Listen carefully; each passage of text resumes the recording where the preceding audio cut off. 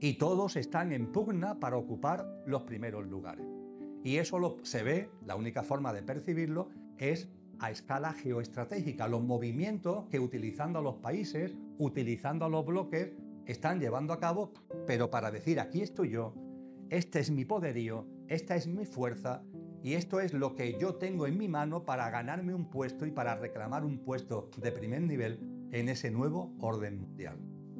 El BRICS, como os decía, ha incorporado a 5 países más, ya no son 5, son 10, bueno, el 10º, Arabia Saudita, ya está admitido, falta que firme la inclusión, y hay otros 20 que han pedido la entrada, entre ellos, curiosamente, digo curiosamente por su alineamiento con Europa y con la OTAN, que es Turquía, que también ha pedido entrar en el bloque de los BRICS.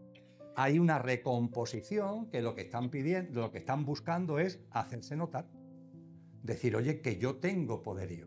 A mí esto me recuerda un poquito en cuando yo, hace ya muchísimos años, afortunadamente hace ya muchísimos años, cuando estuve en política, dentro de los partidos políticos se celebran congresos. Y claro, todo el mundo quiere tener posiciones en las ejecutivas porque es la forma de garantizar después un puesto institucional. Si tú tienes una gran responsabilidad en una ejecutiva, de un tipo o de otra, pues entonces puedes reclamar después ser diputado, ser concejal o ser consejero autonómico, pero para eso tienes que tener peso orgánico, que dicen los partidos políticos. Y a partir de ahí, para tener tu peso orgánico, tienes que demostrar, oye, a mí es que me sigue esta agrupación y me sigue la otra agrupación y me sigue gente y yo tengo detrás mía tanta gente. Esta gente son como cromos que yo llevo en el bolsillo y que pongo sobre la mesa para poner en evidencia el poderío que tengo y que yo, por tanto, me merezco un sitio de primer nivel. Bueno, pues salvando las distancias a una escala mucho mayor, aquí está pasando lo mismo. Los BRICS, la élite que está detrás de los BRICS, que yo diría que, sobre todo en el caso de China, es la élite como más fría, la que más está avanzando con más rapidez en todo lo que tiene que ver con lo virtual y con lo artificial, y con el control ciudadano a través de lo virtual y de lo artificial, pues esa élite que está además englobando a otros países, entre comillas, como bloque, están ahí, detrás del BRICS. Y el golpe en la mesa que han dado es muy importante. Como decía antes, en la reunión de finales de octubre se ha acordado un sistema de pago virtual en el contexto de los países que pertenecen al BRICS, los 10 que ya pertenecen y los que se vayan sumando, con el objetivo de quitarle poderío tanto al dólar, fundamentalmente al dólar, como también al euro. Es un sistema de pago virtual basado en criptomoneda, puramente digital, puramente virtual, y hay que entenderlo primero como un avance en el dinero digital, otro más. Pero también hay que entenderlo como un reposicionamiento, como un decir aquí estoy yo, para hacerse valer en orden a coger buenos sillones en esa mesa que se está redefiniendo ahora, cuando ya el nuevo orden mundial se han puesto los cimientos y lo que queda es construir las distintas plantas a lo largo de los próximos años de aquí al 2030. Y finalmente, hay muchas más cosas, pero en fin, resumidamente, las elecciones norteamericanas. Las elecciones norteamericanas, ciertamente, desde el punto de vista del juego de la élite, podríamos considerarla inicialmente como una sorpresa. Es decir, lo que representa Harris, la que ha perdido, lo que representa Harris, parece que está mejor alineado con la corriente mayoritaria que está ahí poniendo los cimientos y va a construir el edificio del nuevo orden mundial. De ahí que fuéramos muchos, yo el primero, que pensaba que Harris tenía que ganar, que la élite no iba a consentir que en un país que tiene su importancia geoestratégica hubiera como un elemento de disfunción que pudiera alterar sus planes, pudiera alterar su programa, pudiera alterar su agenda de alguna manera. No ha pasado esto. Y no solamente no ha pasado esto, sino que la victoria de Trump ha sido suficiente. Holgadilla. Vamos, no ha sido súper holgada, pero ha sido holgadilla. El que más y el que menos esperaba que estuvieran durante días o semanas debatiendo por los votos de un estado u otro. Ha pasado en anteriores elecciones, ahora no ha pasado. ha sido todo como muy rápido, como muy fluido. Desde el punto de vista del análisis que aquí estamos haciendo, hay que reflexionar, evidentemente. Y la reflexión que comparto con vosotros es que en los que de verdad están en el círculo 1 de la élite, se ha lanzado un mensaje muy claro de que las puertas del vagón de primera clase están abiertas a todos entre ellos me refiero, a ti y a mí no, está abierta a todos ellos, ¿eh? Y que lo que hayan hecho hasta ahora da igual, que lo importante es que ahora que se han terminado de poner los cimientos estén alineados. Con lo que yo lo que me atrevo a decir es que lo que significa Trump en la escena no tanto estadounidense como internacional, que es lo que de verdad importa, pues vamos a percibir una vez que tome posesión en enero del 2006, el 6 de enero del 2025, cuando tome posesión, lo que vamos a percibir es que hay un alineamiento con los principios fundamentales de esta agenda. No va a haber una salida de los pies del plato. Y que la única salida de los pies del plato que se permite es como han hecho los BRICS para hacerse notar. Es decir, las puertas se han abierto. También esto es un mensaje para, permitirme que lo diga así, los que tienen un menor cociente intelectual, entre los que están ahí peleando por estar en el vagón. Y con esto hablo de Europa. Esto es un aviso muy importante a la élite que tiene a Europa como marioneta. Mirad, aquí lo que necesitamos son personas con capacidad de acción, inteligentes. Por favor, no lo estoy defendiendo, me estoy poniendo en su lugar, como lo podría hacer cualquiera de vosotros y de vosotras. Y aquí lo que no queremos son personas pusilánimes que se creen que porque han estado históricamente o llevan unos años detrás nuestra ya tienen ganado el puesto. No, aquí el puesto no lo tiene ganado nadie. Hemos terminado de poner los cimientos, los 5 años que vienen son fundamentales y aquí va a tener su sitio el que se lo gane. Y la élite que tiene a Trump y a Elon Musk como cabezas visibles ha dado un golpe en la mesa muy importante para decir, nosotros estamos dispuestos a entrar en esa dinámica y eso sí, a ganarnos nuestro lugar. Podríamos decir que una élite que es egoica y egocéntrica al máximo, por mor de su agenda y de su programa, ha tenido una cierta dosis de generosidad de decir, oye, la puerta se abre a todos entre vosotros, y que gane su sitio el que realmente se lo merezca, generando así una especie de competencia interna que se entiende que va a ser positiva para que esa agenda se lleve a cabo de la mejor manera posible y conforme al programa previsto. Con lo que el año 2024 creo que está saldado. Podría hablar de más cosas, pero es que quiero hablar de otras cosas. Me viene el compartir otras cosas. Creo que ya el mensaje de lo que es el 2024, lo que pueden ser los próximos años, está ya más que dado con lo que llevo dicho. Podríamos hablar de la Iglesia romana, que también está como poniendo los cimientos para lo que viene. Esto tan curioso del sínodo sinodial, la verdad. Me he entretenido también en leer textos, en ver vídeos sobre el sínodo sinodial. Es francamente curioso, ¿no? Parece como si ahí la Iglesia de Roma quisiera de alguna forma ajustarse al formato necesario y pertinente para poder también tener su sitio, si no puede ser en el vagón de primera, al menos en el de segunda, que va dirigido hacia el nuevo orden. Os invito, no voy a entrar en ello en detalle, pero os invito a que le deis un repasito a lo que ha sido este proceso que se abrió en el año 2021, y ha terminado en octubre del año 2024. Y todo esto, amigos y amigas, va dirigido a que el tren llegue como tiene que llegar, el edificio esté bien construido en el año 2030. Y si se ve que el ritmo no es el adecuado, que el tren se desvía, ahí está el cuadro de mando que han tenido la gentileza de poner delante nuestra para que lo podamos ver, de los botones que pueden tocar, en orden a que nos alineemos por el miedo, por la inseguridad, por la inestabilidad, en fin, por más de lo mismo. Los shocks globales, como ellos mismos lo han denominado, recogiendo, curiosamente, la frase que ya en el año 2007, Naomi Campbell, cuando hablaba de los shocks, hablaba ella de los efectos psicológicos de los shocks. la creación de shock para producir en la gente un golpetazo psicológico y mental que los alinee por el miedo y los alinee por la inseguridad.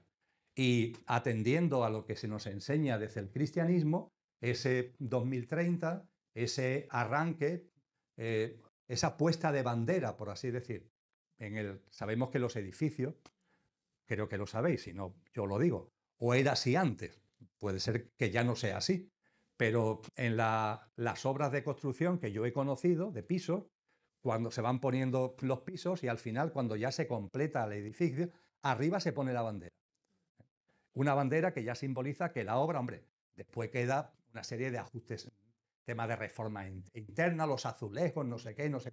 Pero lo que es la estructura ya está hecha y se pone la bandera. El 2030, metafóricamente, debe suponer esto. Y los textos cristianos nos dicen que esa bandera será una declaración de paz y de seguridad. Viviremos momentos de muchos removimientos, tocarán los botones que consideren oportunos, como antes os decía, y eso sí, cuando lleguemos a ese estadio de poner la bandera en el 2030, si hay algún retraso, no lo creo, pero puede ser el 2031, como mucho el 2032, eso tendrá como manifestación una declaración de los poderosos del mundo que se visibilizarán y que darán seguridad de que toda la inestabilidad, toda la inseguridad, todo el miedo ha terminado. La proclamación de paz y seguridad. ¿Qué será la antesala? No sabemos qué tiempo habrá, pero es la antesala a la plena configuración del nuevo orden mundial que el cristianismo llama el triunfo de la bestia, en cuyo seno se producirá la marca de la bestia, la digitalización completa del sistema financiero. Un triunfo de la bestia que se nos dice en las profecías cristianas que durará 7 años. Y que eso sí, al terminar esos 7 años, no solamente terminará el triunfo de la bestia, sino que se concluirá la actual generación humana. Culminará el final de este ciclo humano y tendrá lugar lo que en el cristianismo se llama la parusía y el corte, dando paso a una nueva generación humana que estará ya poniendo los cimientos de la nueva humanidad en la tierra restaurada. Dicho esto, permitidme que haga un giro, aunque quizás al final vuelva a esto. Os va a parecer un giro demasiado brusco a lo mejor, pero creo que es interesante que lo hagamos así, porque si no, se nos escapa la profundidad de lo que estamos viviendo y de lo que vamos a vivir. Estos no son simplemente hechos, por así decir, que nos llaman la atención del momento presente. No, esto viene de muy lejos. Esto tiene un recorrido muy largo que ahora está plasmándose en su última fase. Y es importante que tengamos en cuenta eso para que estos tiempos no puedan con nosotros. Porque si no tenemos una mirada amplia, si no tenemos conciencia de lo que está pasando, es muy probable que estos tiempos puedan con nosotros. Tanto lo que son este lustro que va a desembocar en el año 2030, no digamos ya después, cuando tenga ocasión, ese nuevo orden mundial, triunfo de la bestia. Son muchos años.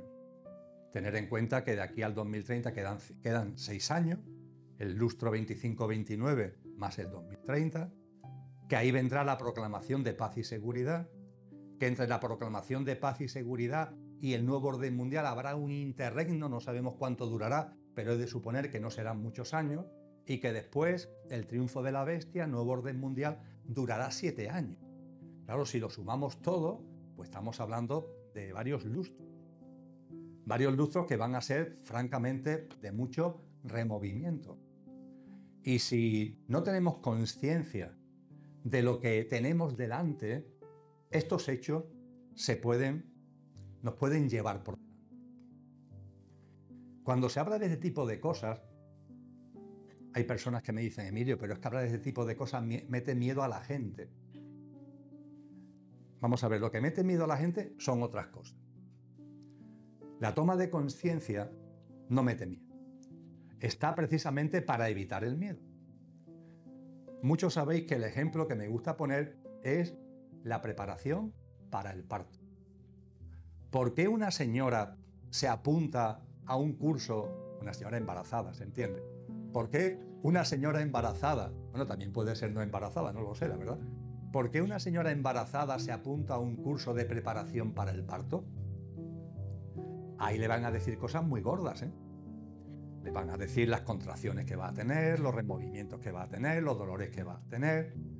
Le van a avisar de que pueden darse circunstancias como por ejemplo que el bebé, el feto venga con el cordón umbilical rodeándole el cuello. Eso a la mamá, a la futura mamá, se le dice en el curso de preparación para el parto para meterle miedo. Todo lo contrario. Se le dice para que en el momento del parto, si ocurre cualquier cosa un tanto extraordinaria, esté preparada y por tanto no tenga miedo. Precisamente se le hace para que no tenga miedo, no para que tenga miedo. No le hablan de la posibilidad de que el bebé venga con el cordón umbilical rodado al cuello para meterle miedo a la mamá, sino para que en el caso de que escuche a las personas que están con ella de que el bebé viene de esa manera, sepa que eso es algo que está dentro de lo previsto y que se sabe cómo actuar ante una circunstancia como esa y que por tanto no lo viva con miedo, sino que lo viva con serenidad. ¿Entendéis el ejemplo? Pues bien, toda esta información que viene de muy atrás se nos ha ido dando no para meternos miedo. Claro, las denominaciones a veces nos asustan. El triunfo de la bestia. Nuevo orden mundial. Si os asusta el triunfo de la bestia, nuevo orden mundial. Si os asusta el término de anticristo, bueno, pues la persona, vamos a llamarlo así, o la entidad, que va a personificar el liderazgo del nuevo orden mundial. Porque tendrá distintos líderes, pero habrá uno fundamentalmente, como un primus inter pares, que llevará el mando. Eso es la primera bestia que se llama, que tiene un perfil muy institucional, muy político. También se nos dice que habrá una segunda bestia, es decir, un líder que actuará bajo los criterios de la primera y que tendrá un perfil más, entre comillas, espiritual. Pero ojo, con relación a lo que esta gente entiende por espiritual, echaros a temblar. No tiene nada que ver con lo que vosotros y yo entendemos por espiritual. Será todo lo contrario. Será intentar engañar desesperadamente a las personas que todavía tengan una visión trascendente de la vida, poniéndole por delante como si fueran magos negros, artificio de magia, aparentes milagros, con el objetivo de que aquellas personas conscientes que, insisto, mantienen una visión trascendente de la vida, puedan creer que de verdad este es el Cristo, cuando realmente no es el Cristo, es un líder que actúa bajo la batuta de la primera bestia. Es la segunda bestia que actúa bajo la batuta de la primera bestia. Todo esto se nos informa no para asustarnos, sino para que sepamos, cuando ocurra, esto es, esto es, esto es, esto es. Cuando se haga la declaración de paz y seguridad, esto es. Cuando aparezca ese líder mundial que aparecerá con mucho bombo, que se nos dice además que tendrá 3 años y medio aproximadamente, donde será muy bueno. Todos serán buenas palabras, se mostrará como muy generoso, con declaraciones muy grandilocuentes, hasta que muestre su verdadera cara, que son los 3 años y medio siguientes del triunfo de la bestia. Ahí es precisamente donde se mete la marca de la bestia, la digitalización del dinero. Todo esto, amigos y amigas, ¿por qué se nos muestra desde hace tiempo en los textos espirituales? Insisto, no es para meterle miedo, es la preparación para el parto. Y que cuando estemos, como ya empezamos a estar, hasta aquí de iniquidad, tengamos muy claro que una cosa es la convivencia y otra cosa es la connivencia. Que nos mantengamos en nuestro sitio, que seamos justos, honestos, que a pesar de todo intentemos sacar siempre nuestra mejor versión, que seamos buenas personas, como decía Antonio Machado, en el buen sentido de la palabra, que mantengamos la mano tendida, que no convirtamos la vida en una pelea contra la vida, la humana y la de la naturaleza, que nos mantengamos en coherencia con lo que realmente somos. Para eso se nos da toda esta información. Y esto es lo que me lleva ahora a hacer ese giro brusco que os comentaba. No sabemos cuántas humanidades, civilizaciones humanoides, puede haber en el universo. Y es un tema en el que no voy a entrar. Por sentido común doy por hecho de que a lo largo de la historia del universo, 14.000 millones de años, y de un universo que actualmente tiene 94.000 millones de años luz, no hay cero suficiente no hay paredes suficientes en esta sala para poner los ceros de kilómetros que eso supone, y que tiene 2 billones con B de Barcelona, 2 billones, o de Betis, que tiene 2 billones de galaxias, cada una de ellas con cientos de miles de millones de sistemas solares, donde se nos dice que hay cuatrillones, miles de cuatrillones de planetas, miles de cuatrillones. Son cifras que se nos escapan el poderlo considerar en nuestra mente, donde se entiende que hay 50.000 trillones de planetas con condiciones de habitabilidad semejantes al planeta Tierra. He de suponer que, bueno, que a lo mejor en ese contexto ha habido o hay o habrá otras civilizaciones humanoides. Se llaman civilizaciones humanoides a aquellas que tienen manas. Esto ya lo decían los antiguos, en lenguaje sánscrito, manas, hace ya 4.000 años. Manas, ¿qué es? Capacidad mental. Una capacidad mental desarrollada. No solamente mente concreta que se ocupa de lo rutinario, sino una mente abstracta que tiene capacidad de plantearse cosas trascendentes, no solamente en el ámbito de la espiritualidad y la conciencia, sino también en el ámbito de la ciencia, de la filosofía, de la creación artística, una capacidad mental desarrollada. Pues bien, también se nos dice que las humanidades que pueda haber, pero vamos a quedarnos en la nuestra, todas tenemos o podemos ser analizadas con un mismo patrón, que es lo que se llama el patrón septenario. Eso está en la ciencia del yoga, pongamos por caso, donde se habla de distintas técnicas de yoga, distintas fases de yoga, cada una de las cuales tiene que ver con un componente de la constitución sextenaria del ser humano. Dicho de una forma muy simple, esa constitución sextenaria ha sido históricamente para la sabiduría primordial el patrón base, la plantilla base de análisis de la humanidad. ¿Por qué? Porque es lo que está en la materia. Es decir, a la hora de analizarnos a nosotros, ¿qué patrón seguimos? Porque claro, podemos decir, y está muy bien, que somos conductor y coche. ¿Qué es el conductor? Lo imperecedero que hay en el ser humano. ¿Qué es el coche? El pequeño yo perecedero en el que el conductor encarna. Ya está. Coche y conductor, conductor y coche.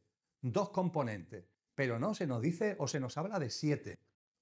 ¿Por qué se nos habla de 7 en el análisis de lo que significa ser humano? Pues porque la materia, amigos y amigas, la realidad en la que vivimos, tiene el patrón septenario. El átomo tiene un núcleo compuesto por protones y neutrones. Y en torno al átomo rotan electrones. Y como si fueran planetas, hay los que rotan más cerca y los que rotan más lejos. Estos se llaman los niveles atómicos. ¿Cuál es el número máximo de niveles atómicos? 7. 7. El número máximo de niveles atómicos de rotación de los electrones y que por tanto nos está diciendo cómo funciona el átomo, que es la base de la materia, es 7. Cuando estudiamos los elementos químicos, por tanto, el patrón que se sigue es el 7. Cuando elaboramos la tabla periódica de los elementos químicos, se llama periódica porque tiene periodos. Esos periodos son 7 que se corresponden precisamente con lo que acabamos de comentar.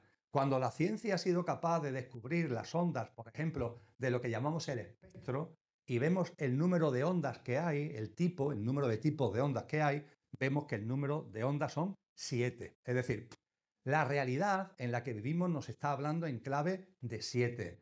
El patrón musical, aunque la llamamos octava musical, es también 7. Do, re, mi, fa, sol, la, si, 7. Y el do que viene después ya es el primero del siguiente ciclo. La naturaleza, la vida, nos está hablando en patrón sextenario. Y se nos dice que el ser humano tiene un yo superior, imperecedero, no voy a entrar en detalles, que es nuestra dimensión álmico y espiritual. Se hace una precisión muy curiosa, pero que no vamos a entrar en ello, muchos los conocéis ya, de que el alma tiene un componente individualizado, pero pertenece a un alma a un alma universal que se le llama Buddhi, lo búdico.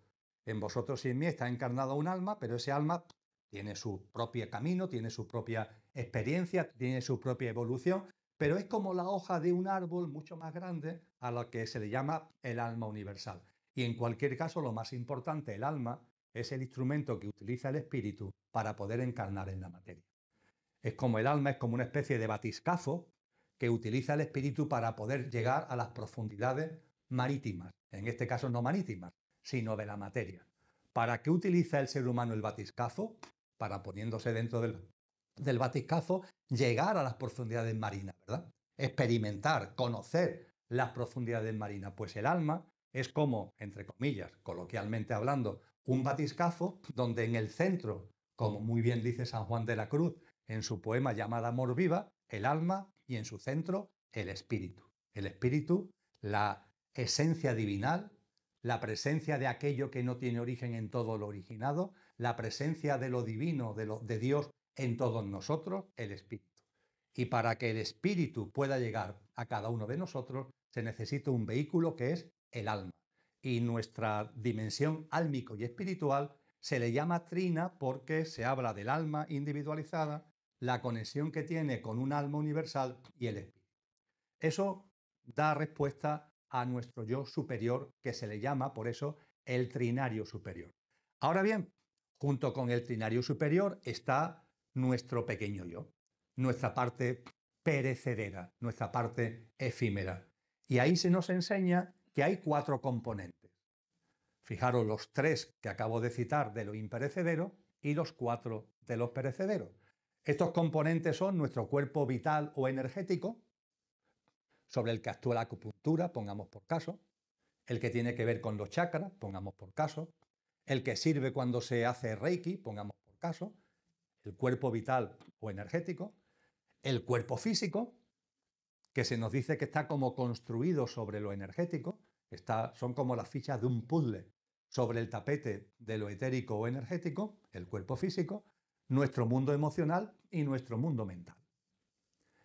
Y el cuadro se termina de una forma muy sencilla. Se nos pone en sobreaviso que este mundo mental es muy potente y tiene 2 niveles. El nivel inferior, mente concreta, que se ocupa de lo ordinario y de lo cotidiano, y el nivel superior, mente abstracta, que se ocupa de lo trascendente. Fijaros, lo etérico o energético, lo físico, lo emocional, lo mental, dentro de lo mental, el nivel inferior, mente concreta, y el nivel superior, mente abstracta, y después nuestra dimensión álmico-espiritual. Y diréis, ¿por qué comparte Emilio ahora todo esto? ¿A qué viene esto con lo que hemos hablado de los cimientos del nuevo orden mundial para cuando se ponga la bandera, como pretenden en el edificio en el año 2030? Pues sí, veréis que tiene su sentido. No es que yo me haya vuelto loco ni que me haya despistado. Creo que tiene su sentido. Cuando se me ha ocurrido, estoy convencido que tiene su sentido. Y si no, los ángeles que nos guardan seguro que le van a dar un sentido. No tengo ningún tipo de duda. Cuando tenemos esa información, se nos dice también que las humanidades evolucionan de la siguiente forma. Las almas encarnan, la dimensión álmica espiritual encarna. El conductor encarna en el coche. Pero se nos dice que el proceso evolutivo de la humanidad va por fases. Es decir, se nos dice que al principio el coche tiene lo etérico o energético, lo físico, lo emocional, la mente concreta y la mente abstracta, los 2 niveles del plano mental, lo tiene, pero está latente, no está patente. Está como si fuera en embrión, pero no está patente. Y la evolución humana a través de humanidades, ojo, la evolución humana a través de humanidades consiste en ir haciendo patente lo que está latente, siguiendo el patrón septenario. Se nos dice de esa manera que primero, cuando un alma encarna en el plano humano, la dimensión álmica espiritual, la primera humanidad tiene el coche, es solamente etérico, energético. No hay todavía cuerpo físico, está ahí, pero está latente. No hay mundo emocional, está ahí, pero está latente. No hay mundo mental, ni mente concreta, ni mente abstracta, pero está latente. Esa primera humanidad tiene que cubrir su ciclo y cuando cubra su ciclo habrá asentado el componente etérico, energético del ser humano de esa humanidad, en nuestro caso de la nuestra, y pondrá la semilla de lo que le corresponde plasmar a la siguiente humanidad. En el caso humano, a la primera humanidad se le llama polar, una humanidad que nos dicen los textos, que vienen muy de atrás, que no hablan de estas cosas, que existió hace unos 55 millones de años y que duró, por cierto, muchos años. Esa humanidad polar concluyó su ciclo y dio paso a una nueva humanidad que recibe en estos textos el nombre de Hiperbórea. La humanidad hiperbórea recoge el componente etérico energético que ha hecho suyo la humanidad polar y la semilla que ha dejado la humanidad polar, solamente como semilla. ¿Qué semilla pone la humanidad polar? La conversión, la transformación en patente del cuerpo físico. Y eso es lo que hace la humanidad hiperbórea. Plasma por primera vez un cuerpo físico. Tiene un cuerpo etérico y sobre el cuerpo físico cristaliza, plasma un cuerpo físico. Y pone la semilla, esto es muy bello, la verdad, pone la semilla, porque muestra que todo tiene un orden, que todo tiene un sentido, pone la semilla de lo que corresponderá hacer patente a la siguiente humanidad. ¿Cuál es la siguiente humanidad? Lemuria. Lemuria recoge lo energético, recoge lo físico y la semilla de lo emocional y plasma el mundo emocional. A partir de ahí, una siguiente humanidad es la que corresponde que Lemuria le deje como semilla la plasmación del nivel inferior de la mente, que es la mente concreta. Y este es el destino de la Atlántida.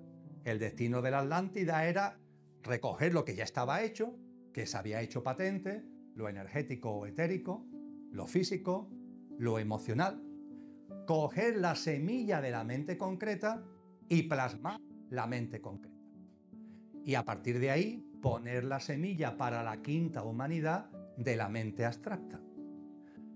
Tener en cuenta que tanto en esta humanidad como en cualquier humanidad que pueda haber, este paso de que aparezca la mente es muy importante. Podríamos decir que las humanidades polar, hiperbórea y lemuriana tenían una percepción innata de lo divino y de lo sobrenatural. Era como innato. Lo sentían, lo percibían. Cuando aparece la mente es un instrumento potentísimo, pero también es cierto que hace como de barrera. Nos rompe la capacidad innata de percepción de lo divino y de lo natural, pone una barrera, pero ojo, cuando la mente se desarrolle, nos va a dar capacidades y facultades para recuperar con creces esa capacidad de percepción de lo divino y de lo natural. De hecho, la Atlántida tiene que poner la mente concreta, plasmarla y poner la semilla inmediatamente poner la semilla de la mente abstracta. Esa mente abstracta con la que tenemos capacidad de vislumbrar lo trascendente. Esa mente abstracta que se ha ido configurando a lo largo de la actual humanidad, que somos la quinta. La quinta humanidad ha tenido como misión histórica recoger lo etérico, lo físico, lo emocional, la mente concreta, plasmar la mente abstracta y, ojo, poner la semilla de lo que corresponderá a la siguiente humanidad, que será la sexta. ¿Qué le corresponderá a la sexta humanidad? El alma. Plasmar, vivir desde lo álmico. Fijaros el cambio, y después la séptima, porque habrá una séptima, vivirá desde el espíritu.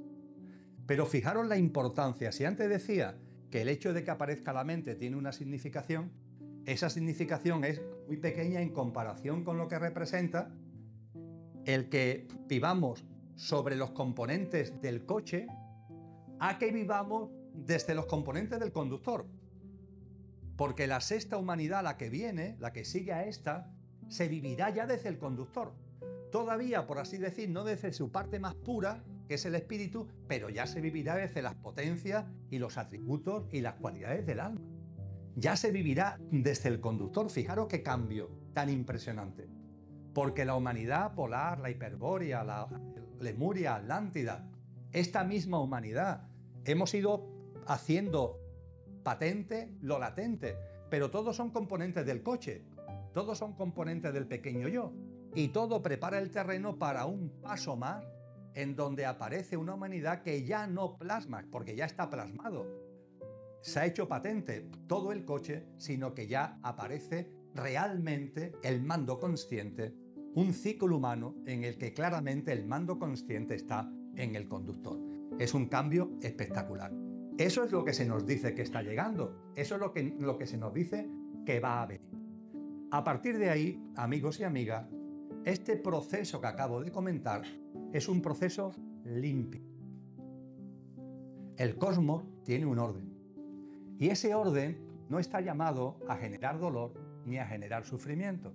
Esto es un proceso limpio, natural, donde las almas encarnadas, generación tras generación, humanidad tras humanidad, van evolucionando como almas en autoconsciencia, va evolucionando el componente coche que le sirve de base hasta que finalmente el coche está claramente al servicio del conductor, que es lo que las tradiciones espirituales nos dicen que supone traer el cielo a la tierra, porque estaremos viviendo en la tierra con un coche, pero estaremos viviendo bajo las pautas de nuestro auténtico ser imperecedero, traer el cielo a la tierra. Y esto es un proceso limpio, que no da lugar a ningún tipo de roce ni de arista, y que no da lugar a ningún tipo de sufrimiento. Claro, cuando miramos a nuestro entorno, decimos, oye, pues esto de que esto no da lugar a ningún tipo de sufrimiento, parece que esto no casa con lo que estamos viendo, ¿verdad? Y con lo que acabamos de compartir hace un ratito, ¿verdad? Bien, es que en el proceso evolutivo de esta humanidad ha habido un problemilla. ¿El problemilla cuál es? Que ha habido una interferencia involutiva. Una interferencia involutiva que ha puesto piedras en el camino. Y esas piedras en el camino son los que provocan precisamente los tropezones que provoca y genera el dolor y el sufrimiento que estamos viviendo. Y además, conforme vamos acercándonos al nuevo ciclo humano, donde ya damos el paso a vivir desde nuestro conductor, las interferencias se intensifican. Porque realmente las interferencias involutivas, a las que haré mención ahora, tienen como objetivo